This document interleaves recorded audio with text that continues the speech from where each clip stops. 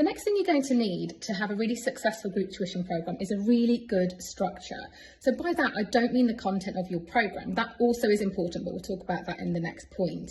But in this pillar, you need to have really good framework, a really good way of your students actually accessing the information before they even come to you on Zoom, so that you can go really deep and be really super productive on those group sessions that you run. So they need to be able to access your core content before they come to you on Zoom. And I know that sounds a little bit counterintuitive, but trust me on this one, it really works and it makes the students far more independent.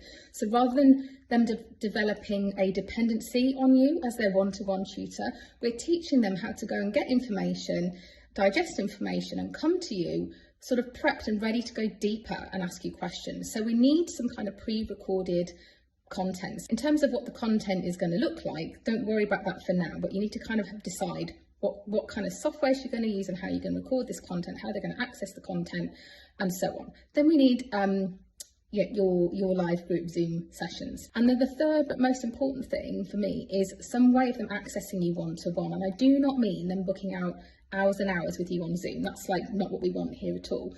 But they need to have some way of reaching out to you so they can get over stumbling blocks really quickly and not using a lot of your time. So in my programme, the 2-Hour Tutor, where I help tutors develop their own group tuition programme, they can access me using an app and they can message me, but I do have boundaries around that. So I'm not being messaged during hours that don't suit me and my family.